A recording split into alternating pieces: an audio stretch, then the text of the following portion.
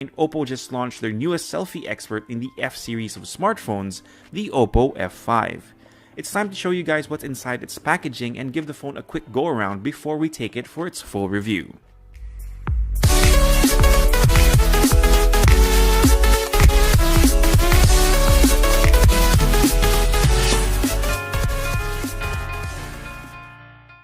Oppo has gone a little basic with the packaging of the Oppo F5 that comes in a plain white box with only the brand's name on it. Open it up and you're greeted by the Oppo F5 itself. Our review unit came in gold. You also have the micro USB cable, wall charger, a pair of earphones, a bit of documentation, and a hard plastic case. In terms of design, the Oppo F5 follows along what we've seen from the company with a few notable changes. The F5 still has a unibody design, but they made a switch from metal to plastic. There is, however, a metal-like coating on the back of the phone that still makes it cold to the touch. The F5 has rounded corners and edges, though the display doesn't quite blend seamlessly onto the phone, making it feel a little weird in the hand. However, once you slap the accompanying case on it, it makes a world of difference for ergonomics.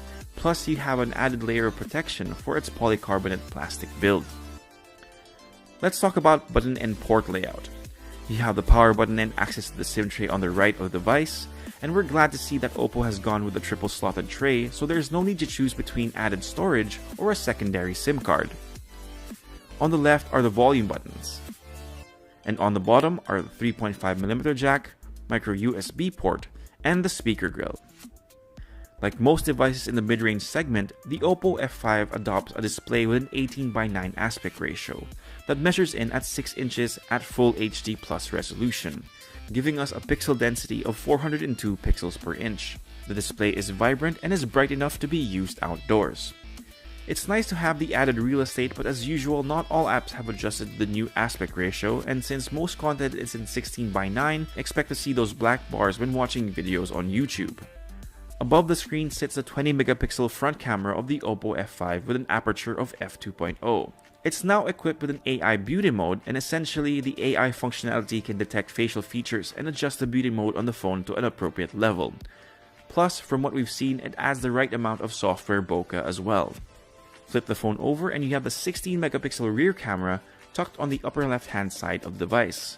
Since Oppo pulls out all the stops for its front camera, you have very little bells and whistles here, but it does have an aperture of f1.8 that should help you get decent snaps as well. The fingerprint scanner for the Oppo F5 has also been migrated to the back of the phone because of the 6-inch full-screen display, but it's positioned nicely for people with big hands, though those with smaller hands may have to make do with facial recognition to unlock the device. Under the hood of the Oppo F5 is a MediaTek MT6763 octa-core processor that clocks in at 2.5 GHz and is paired with 4GB of RAM and 32GB of expandable storage. It's the first time I've personally gotten my hands on a device with this chipset from MediaTek, but initial navigation through the phone has been a breeze. Running the show is Android 7.1.1 Nougat with ColorOS version 3.2 on top of it. While ColorOS has always been known to be inspired by the UI of a certain California-based company, it's definitely more evident here. You now have to swipe up from the bottom of the display to go into the quick settings, but aside from that, it's pretty much business as usual. Powering the Oppo F5 is a 3200 mAh battery. At the time of making this video, no official price tag has been announced by Oppo, but I highly encourage you to check out the website for its Philippine SRP.